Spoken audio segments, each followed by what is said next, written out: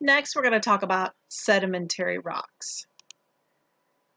So this reference sheet for the sedimentary rock identification is going to look a little bit different than the last one. You can see that we have inorganic and chemically or organically formed sedimentary rocks. So there's two different types. There's going to be grain size, composition, and then some other comments on some of them, and then the rock name and the symbol. The big thing to know with the texture is the grain sizes here vary from pebbles or cobbles or boulders all the way down to clay. The chemically or organically formed sedimentary rocks, we could have anywhere from microscopic to fine or coarse crystals, such as halite, which we know is rock salt, some gypsum, some dolomite, calcite, all of these different types of rocks. So sedimentary rocks are formed by erosion. Erosion involves weathering and the removal of rock. When an agent of erosion loses energy, it drops the sediments, whether it's wind or water. When it starts slowing down, it loses energy, it will drop the sediments, and obviously it's going to drop the heaviest stuff first. Sediments form when solids will settle out of a fluid, such as water or air. Compaction and cementation change those sediments into sedimentary rock. Cementation takes place as the dissolved minerals are deposited in the tiny spaces among the sediments. Compaction is the process that squeezes or compacts sediments. There are three main types of sedimentary rocks we're going to learn about. The first is called a clastic. They're formed from fragments, also called clasts, of other land-based rocks such as sandstone, shale, or conglomerate. So it's just kind of a mixed up mess of different types of rocks. The second type of sedimentary rock is a chemical or evaporite, precipitate, or crystalline form. These come from the mineral precipitates of evaporated seawater, such as rock salt, gypsum, dolostone, chemical limestone, and chert. And finally, there's organic sedimentary rocks. These are formed from the remains of plants and animals, such as coal and fossiliferous limestone. We have a lot of fossiliferous limestone here in Missouri. That's why all of our gravel roads are white, because that's all limestone rock. Type 1 clastic rocks are formed when the fragments or sediments are carried and deposited by wind, glaciers, and running water. Sediments are deposited and then compacted and then cemented together to form rock. Most sediment is carried by running water. The farther the water carries the sediment, the more round and smooth the particle becomes. So, for instance, around here, a lot of the running water comes from flood water. However, if you go back far enough, we had shallow oceans that covered the state of Missouri, and there were glaciers that deposited things as well. When the stream starts slowing down, the largest particles will drop out first, and the smallest particles will carry the farthest, and we call that horizontal sorting. Stratification. Sandstones and siltstones form from smaller sediments that tend to create layers of sediments and rocks, layers like an onion or a nice parfait or an ogre. This is known as stratification. There will be layers of similar colored minerals. For example, Angel's Landing in Zion National Park in Utah. Notice you can see those rock layers there. And then also the red sandstone in Utah. You can see the distinct layers of sandstone, just different layers of colored sand that are being laid down. Here's a little bit better picture of the red sandstone in Utah. You can see the different colored layers being laid down. And you can actually correlate these bands. See where these bands are? They're the same age as these bands, and so forth. And that's one of the ways that scientists and geologists can actually age the rocks. They can age fossils that are found in the rocks, and they can determine some of the things that have happened in Earth's history based off of that stratification. Horseshoe Bend in Utah.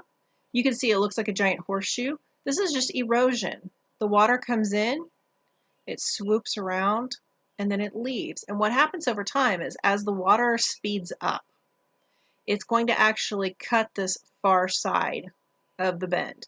It'll cut on this side. It'll erode away this side. And you can see here, there's a little bit of sediment buildup. And that sediment buildup is because the current is cutting against the far side of the curve.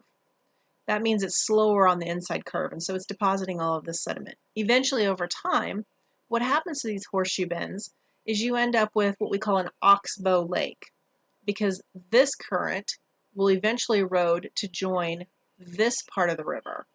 and it will essentially cut this entire body of water off, and so you'll find these horseshoe-shaped lakes. We call those oxbow lakes. And if you get on Google Earth or Google Maps, you'll see tons of those everywhere, especially in floodplains. Here's another example. You can see the sedimentary layers and then the erosion that's developing there at the bottom. Ayers Rock in Australia is a sedimentary layer that has been turned onto its side. So if you look carefully here, you can see that the layers are actually, it's side to side like a loaf of bread. It's made up of coarse-grained sandstone that's very rich in feldspar, and it's at least 2.5 kilometers thick. Uplifting and folding between 300 and 400 million years ago turned those sedimentary layers over so that they're in their present position. The surface has then been eroded, and approximately 500 million years ago, it was part of the ocean floor. So that's where the sand came from. Grand Canyon National Park in Arizona is another sedimentary rock formation at its best. The canyons were formed by the Colorado River cutting into the rock layers over time. The second type of sedimentary rock is a chemical type. It's formed when dissolved minerals in seawater are precipitated out. Remember in physical science you learned that a precipitate is just when you mix two liquids together and a solid will form, that's a precipitate. So as seawater evaporates, it's going to leave the minerals, the salts, and the different minerals in it behind. Limestone, halite, and gypsum, which is used to make sheetrock, are all examples of chemical sedimentary rocks. The salt mines, the rock salt, which is halite, is being formed as the water evaporates from the sea. You can look up how it works. We will watch it in class, but the salt mines that they have in Kansas, they have a giant salt mine out in the middle of Kansas, and they also mine salt in the salt flats in Utah. So those are examples of salt water evaporating and leaving behind the salt. The Devil's Golf Course, millions of years ago, this was a sea of salt water, and it's been evaporating over time. And you can see these pockets of chemical limestone rock salt and rock gypsum forming. I don't think that I would want to walk through there. That's a guaranteed broken ankle there. And then finally, type 3, the organic type sedimentary rocks are formed when the remains of plants and animals are compacted.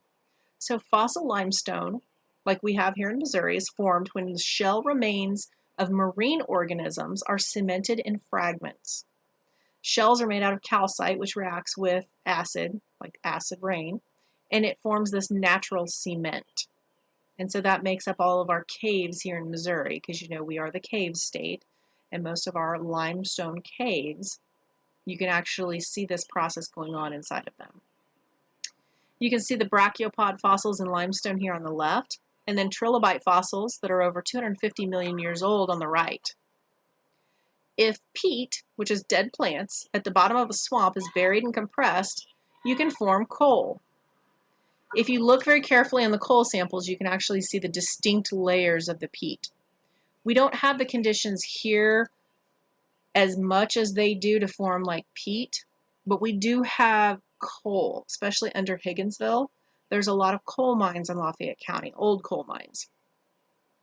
The peat that forms, like they have in Ireland, they don't have the conditions to form the coal itself, but they can dig down and they can chunk up blocks of peat, and that's what they actually use to burn as a fossil fuel. We burn coal and they burn peat. So the ID key for our sedimentary rocks, you're going to look for stratification or layering of sediments.